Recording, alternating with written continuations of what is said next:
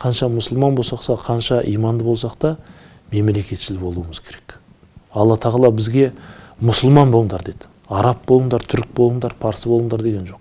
Басқа елге барып, соның сол ілімін үйренем деп, бірақ сол елдің мәдениетін, сол елдің дінін, немесе сол елдің бір әдет ғұрпын алып келу дұрыс емес нәрсе. Біз сол елдің артықшылдығын, ілімін алып келуіміз керек.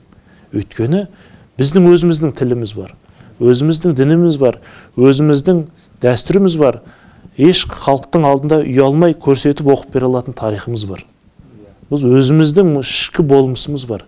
Тек қана басқа ұлт өкілдерінен, басқа елдерден біз жақсы жақтарын алып, олардың игерген ілімдерін үйреніп, соны елімізге сіңіріп, болашақ ұрпаққа тапсыру, ол әрбір азаматтың борышы, міндеті деп есептеймін. Құранда Алла тағала айтпақшы: өздеріңнің бәсекелестерің сияқты сендер де солай күш жинаңдар дейді.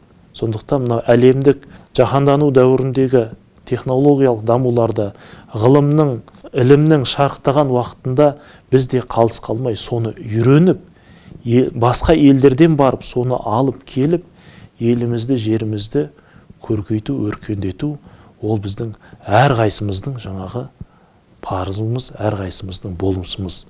Біз Аллаға және де ата-бабамызға үлкен қарыздармыз. Қарыз деген нәрсе бар шариғатта. Оны қайтарсаң ғана мойныңнан түседі, немесе ол кешіру керек. Осы тәуелсіздікті келесі ұрпаққа аманат етіп тапсыру, сол деңгейде болуымыз керек.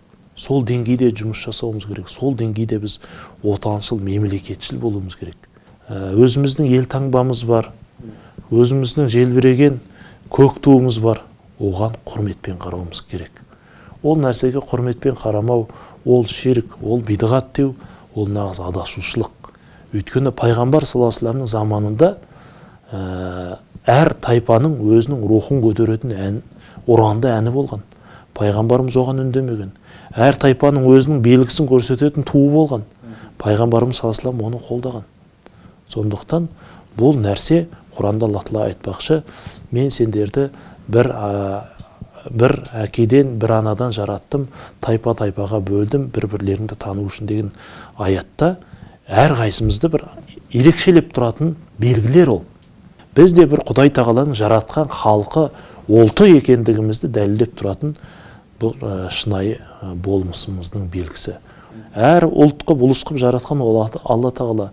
Әркім өзінің ұлтынан бөлектенуге болмайды. Ең бастысы өзінің салтына, дәстүріне сай етіп, сол Құдай тағаланың ортақ еткен дінін, исламын өзінің бір келбетінде ұстай білуі өте маңызды нәрсе.